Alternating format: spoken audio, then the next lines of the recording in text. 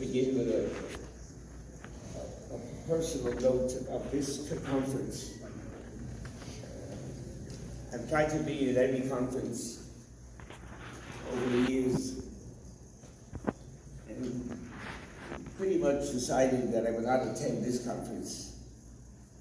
There's too much going on in my personal life, academic personal life. It was the first time that, after 70 years of teaching, that I was awarded a half year of freedom from teaching in the college. I only gave my Talmud class in order for me to finish work that I'd done many years ago. I published on Rabbi Feinstein's ourselves halachos of the beginning of the end of life. And I wanted to do a study of his shulos, his response on the beginning of life. So I pretty much decided not to come. And then things appeared in the newspapers. And since I'm involved with the student body, I referred several times to something that came up in the newspaper and found that no one had heard of it. Despite the fact that there is tremendous halachic issues that come to the fore. So, really, thanks to the organization here, they were willing to let me come without too much notice to introduce two issues. Issues that it's hard to imagine that a basically college-trained population of children total resource who read the newspapers, that they were completely unaware of either issue having so much halachic consequence, so much halachic analysis that must be understood for us to benefit from the information. I have reference to two issues. One, the right to try. No one heard of it. Like in Hamley,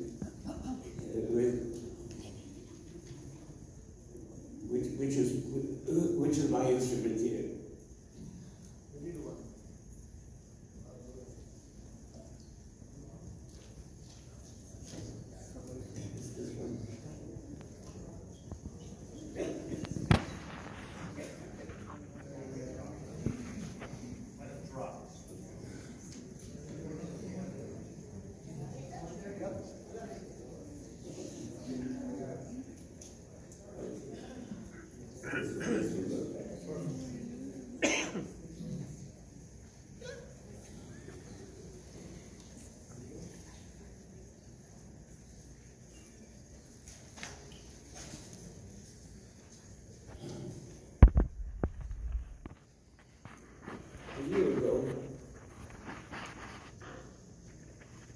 Major change occurred in the drug enforcement regulations of America.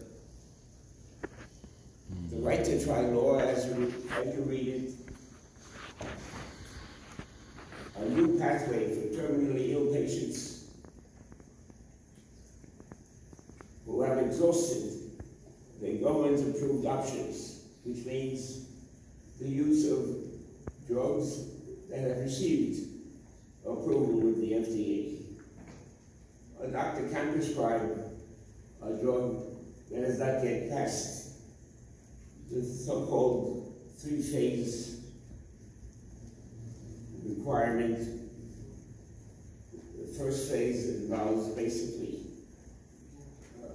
check with a few patients, maybe 10, 15 patients, to see that it isn't highly toxic. And that's usually given to healthy people who are kind enough to volunteer. If it passes the phase 1, then you go to phase 2, and that's given already to possibly 100 to 300 people who have the disease, but they are told it's not a treatment to the disease. We have no idea of what proper dosage is. We're going to determine that after we study the results of phase 2. Then it goes into phase 3, and if it passes phase 3, which involves sometimes thousands of patients, passes phase 3, the drug can enter the commercial market. We are talking about drugs, focus easy, make it easy to focus on it, drugs for cancer. Cancer has not been resolved by the use of drugs. It's really a very, very depressing situation when you think of curing cancer with chemotherapy. It's just usually not possible. But something happened in the field. What happened in the field, I think it was mentioned by the previous speaker, we don't pray for miracles.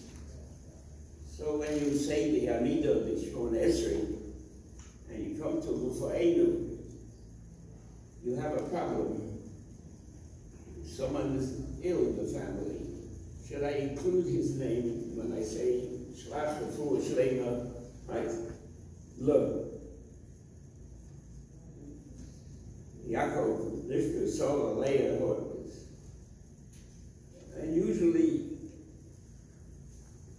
it's not proper to add the name of that book, because we don't pray for miracles. Kadosh Baruch Hu doesn't do miracles.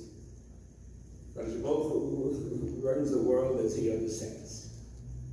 And in his understanding of the world, he gave us laws of nature. And Kadosh Baruch Hu doesn't change his laws of the Torah, he doesn't change the laws of nature either. I've said it to my speaker students in the yeshiva. That doesn't mean you shouldn't include a tefillah for someone who is sick, but don't put it in w019, put it in Atachonin Lord of Das. All we need is for one high school student who's doing a summer project with a doctor, and he will discover something new because Kadosh Baruch Hu gave him the Das, and that will develop into a curative drug. This is our relationship with Kadosh Baruch Hu. This is exactly what we expect from the populace in general, to understand what you are responsible to do and what Kadosh Baruch Hu does when Kadosh Baruch Hu decides to act in your favor. So what is this right to try? It became a law of the land. Individual states passed the law, there were some 44 states passed the law, and then came the Washington scene, and they passed the law, which now is in effect on all the states of the Union, that someone can tell his doctor, you just told me that you have no more help to offer. There are no more drugs, and we require 3 doctors to affirm that that is so. I want to try something. I read that there's a drug that's being tested. It's still in the middle of testing, has not been approved, I would like to try that drug. The doctor will answer, you got to try that drug, it'll kill you. We have no idea.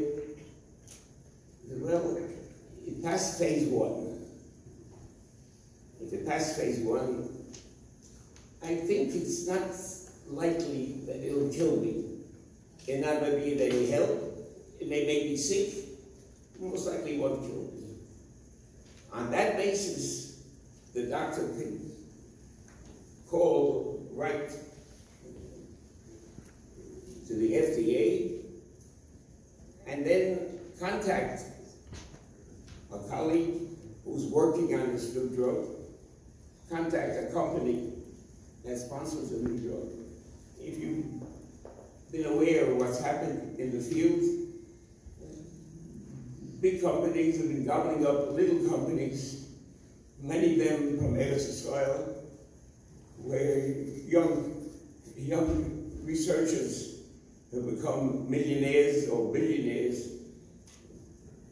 by the hint that some drug is showing activity for cancer.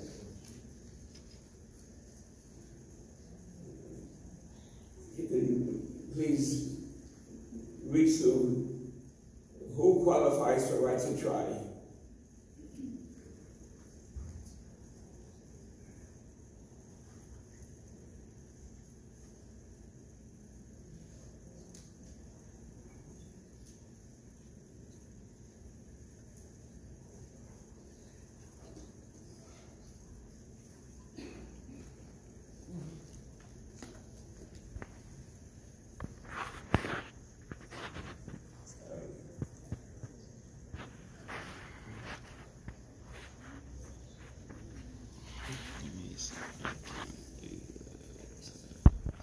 At the same time, the courts are handling another request. Only in America this week. Here we're fighting for a right to try, right? And it so happens the two phrases rhyme. And the right to die, where someone is asking for help in dying, asking the doctors to provide a death-dealing drug, put it in a syringe, and they will inject it themselves. In America, no one has yet proposed to allow someone to inject a death-dealing drug. Only Holland, only they have done that. That's a country where 98 or 99% of every Jew was killed in the Holocaust. They have now, for some 6-7 years, have the right to die. A patient can sign a document, and the doctor will inject him with a death-dealing drug.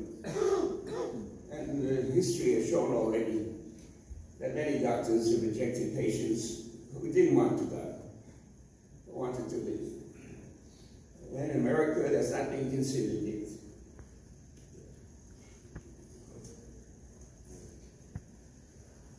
You see, I underlined the point too. The law allows patients with a prognosis of 6 months or less to live to self-administer medication that would end their lives.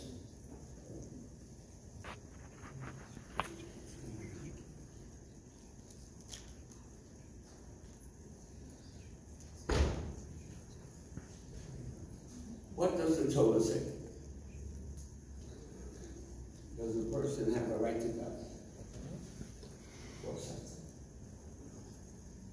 Does a person have a right to live by trying an unproven drug? Most likely not.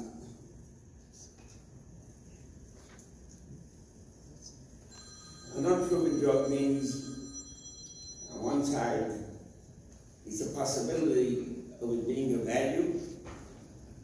On the other hand, it's the possibility of killing you. And the doctor said you had 6 months to live. 6 months is a long time to live, and that's all you have to live. Therefore, you can't take or risk what's called chai shor, temporary life, which is defined by halachas as life for less than 1 year. Where that decision came from, I've never been able to decide, and I'm able to find out. I've spoken to my father-in-law, Zatzal, over the many years. He accepted that 1 year limit. That's the difference between the chai shor and the chai olam.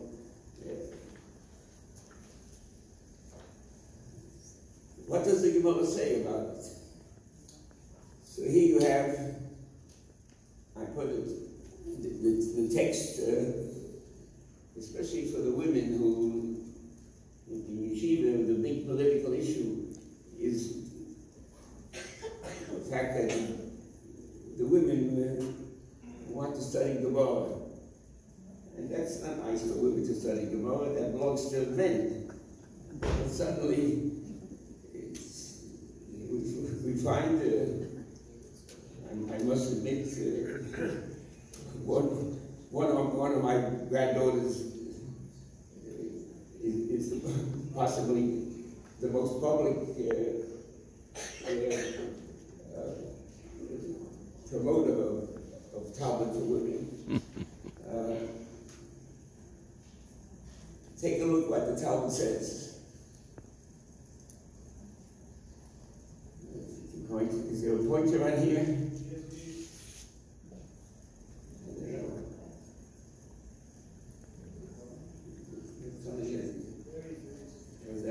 That's another issue.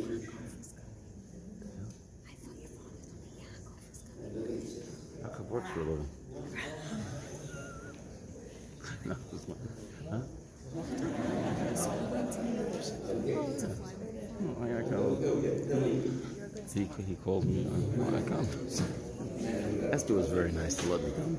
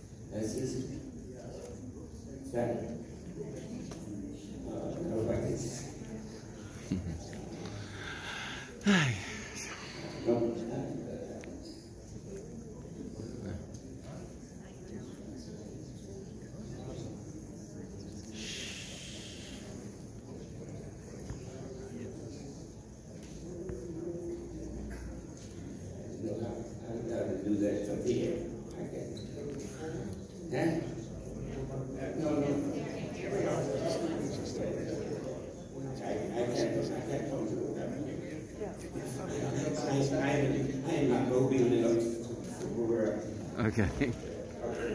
Let's leave it. If you could find it, or maybe in here, will this show up on you? No.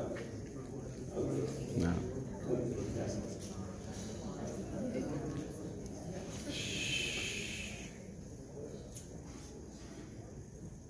Look at the first underlined sentence there.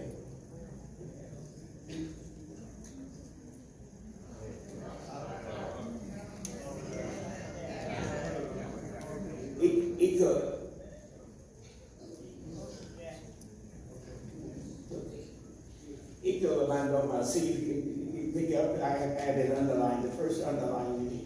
Yeah. Tanoihi is a controversy of the Tanoim of the Talmud.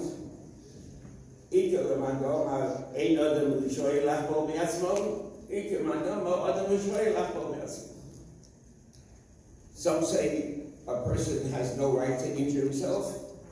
Others say a person has a right to injure himself. And please follow me. The basis is earning a living for your family. There are some people who decided the only living they can make is climbing up a coconut tree or climbing up a date tree and harvest the produce of the tree and sell it. But everybody knows if you climb a tree, you can fall off a tree. And the Talmud says, oh, you be careful to pay this man on time. Because why did he risk his life? To feed his family. And you tell him when he comes for his pay, you tell him, I'm sorry I didn't have the money yet. I'll pay you in a day or two. That's halonas chasachir. It's a violation of biblical law. You must pay a worker before the sun up. Why? Because he risked his life. He risked his life. Who gave him permission to risk his life? The answer is, our life in this world often involves risk. And Kadosh Baruch Hu said that some risk is acceptable and some risk is not acceptable. When the question is the right to try, you have to decide, is that a right that has high possibility of help? Then we're permitted to do it. If not, not. If it's just a chance 1 in a million that it'll work, no. Well, how much is a fair chance? No one in Talmudic literature has yet given an answer to that. We have no answers. It has to be judged by the intelligence of the Rabbi to whom you pose the question. And he better have read whatever could be read on that subject.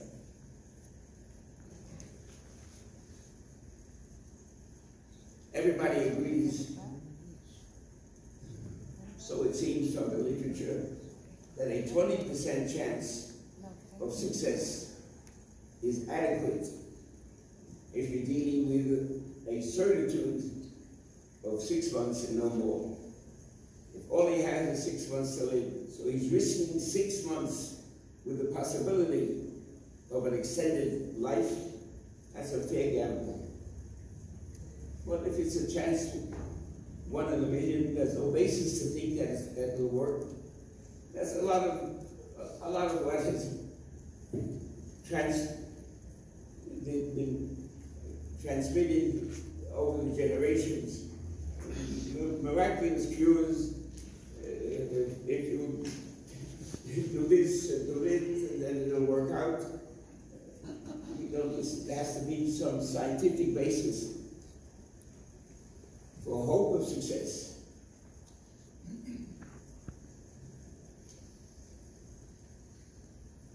But the right to injury now becomes more difficult to evaluate when there is no life involved, as in the case of a person climbing a tree. He's climbing a tree, he's climbed a tree before, and he didn't fall down. There's a possibility, he reads the newspapers, people do fall off the trees. There's a fair gamble.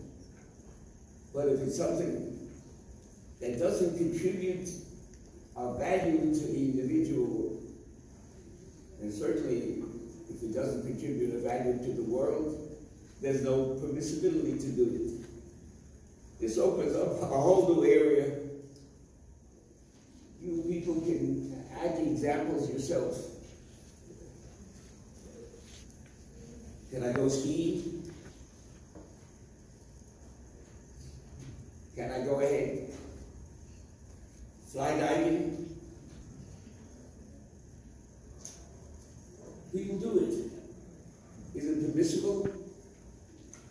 Certainly not. The halacha doesn't allow it. There's no virtue to it, no value to it. Well, what about playing football?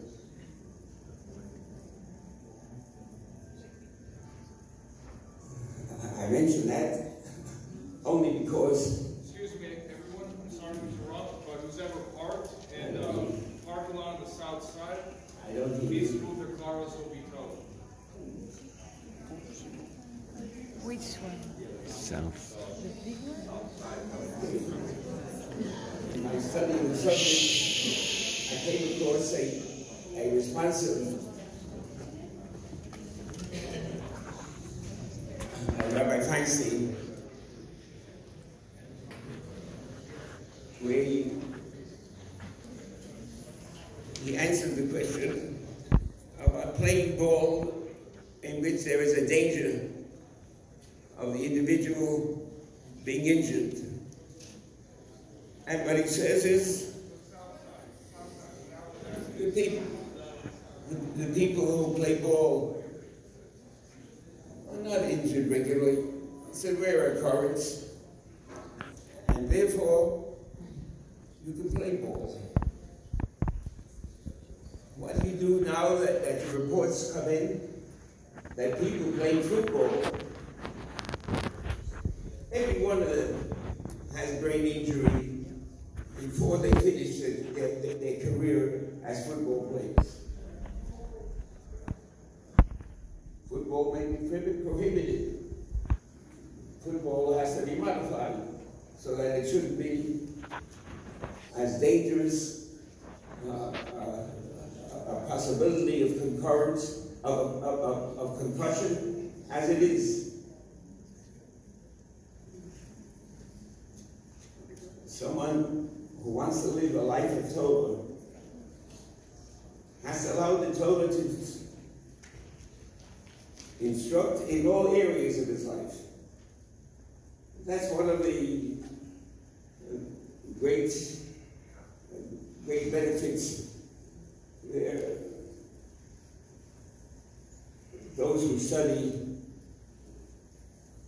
the Daf Yomi in the course of 7 years covered much of the halacha. Ask them if their observance of Shabbos is the same before they studied the tractate Shabbos and after they studied the tractate Shabbos. And you'll see those who studied and remember what they studied, they will admit their observance of Shabbos has been refined because of their knowledge. The knowledge of what Kohen Gadol said is critical to know what we should do. But there is a world of Torah that's deeper than the oceans.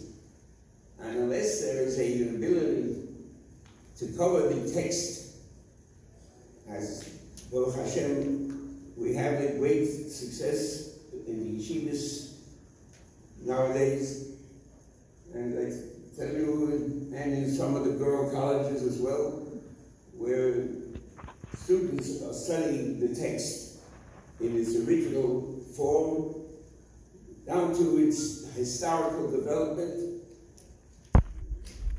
Our observance of the Word of God has improved immeasurably.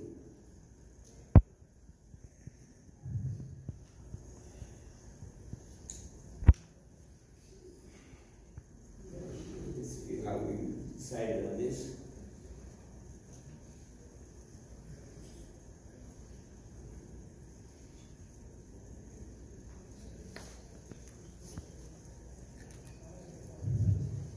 The issue of quality of life hinges greatly on the question of the right to try. What is the quality of the life of the individual that wants it, that makes him to want to try an unknown drug, an unproven drug. Because life as it is not worth living. At least there's such a concept as writing, not worth living. A life not worth living. So I mentioned the sources in the Talmud that I've surveyed that speak to this issue.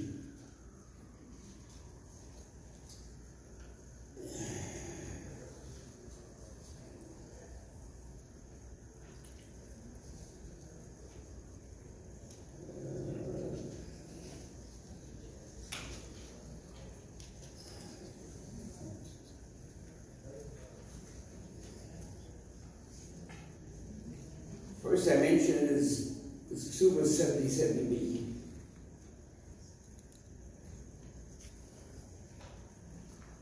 Rabbi w019, among the Tanoim, considered to be a tzaddik among them,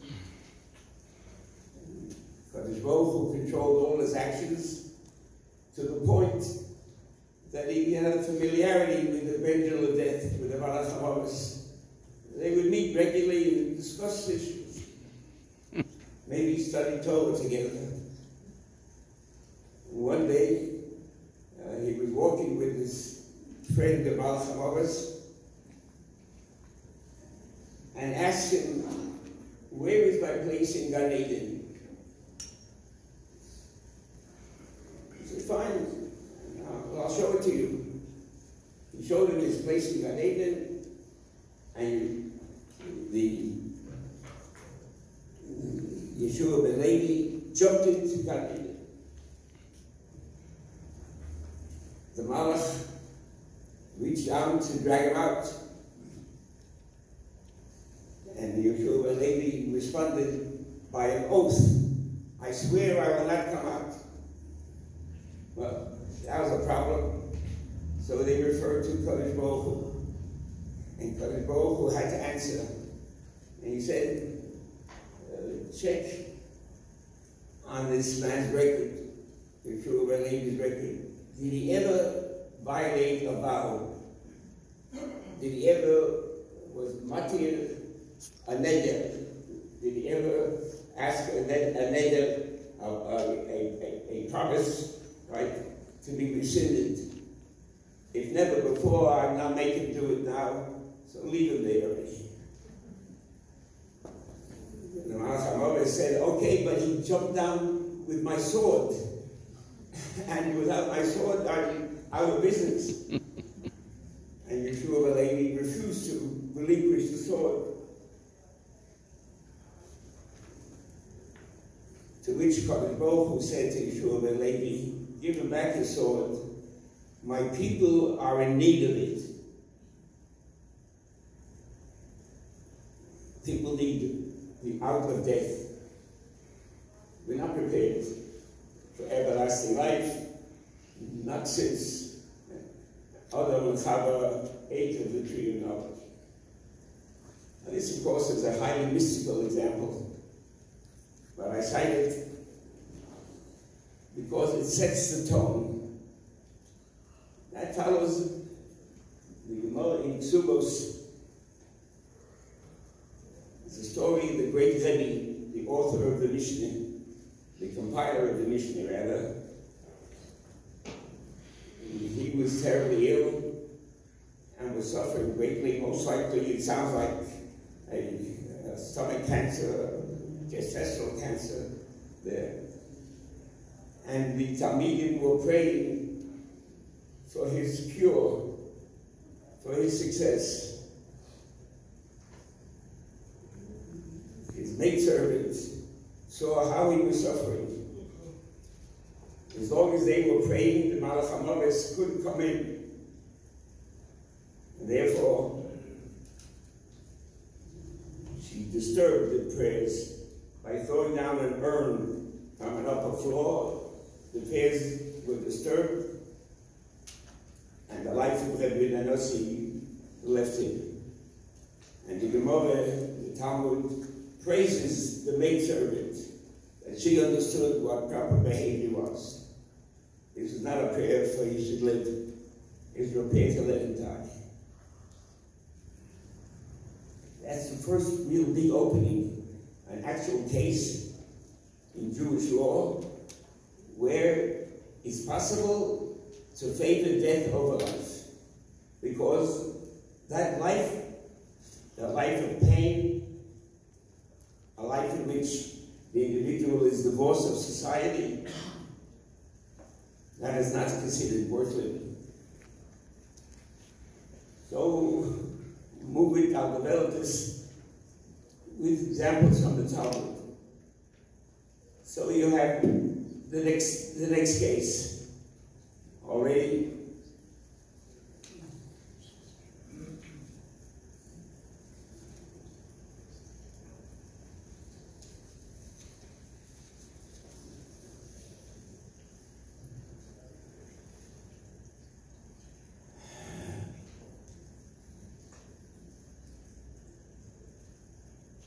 The Gemara in the Torah 48 speaks of an incident in the yeshiva of Rabbi Akiva. Rabbi Akiva had many talmidim.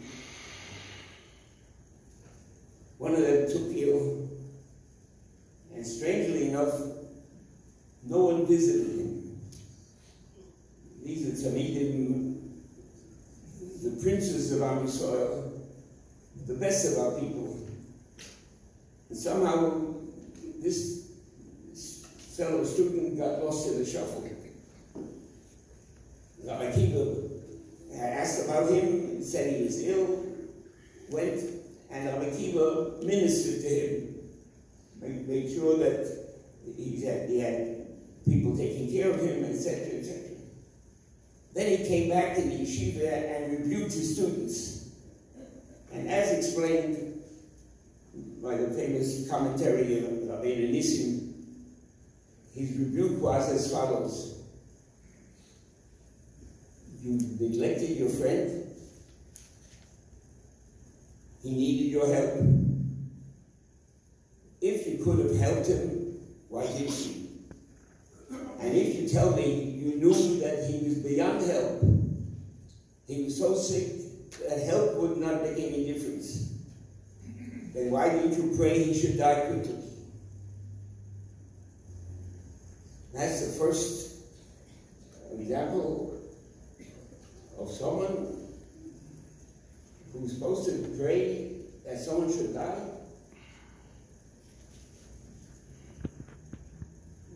In the shul, people line up to make a Misha Beirach. The Shammah should make a Misha Beirach that someone should live. Imagine one of them saying, I wish you make the Misha Beirach backwards. So it shouldn't work. But from here, you know, there is a time when you give up on a patient.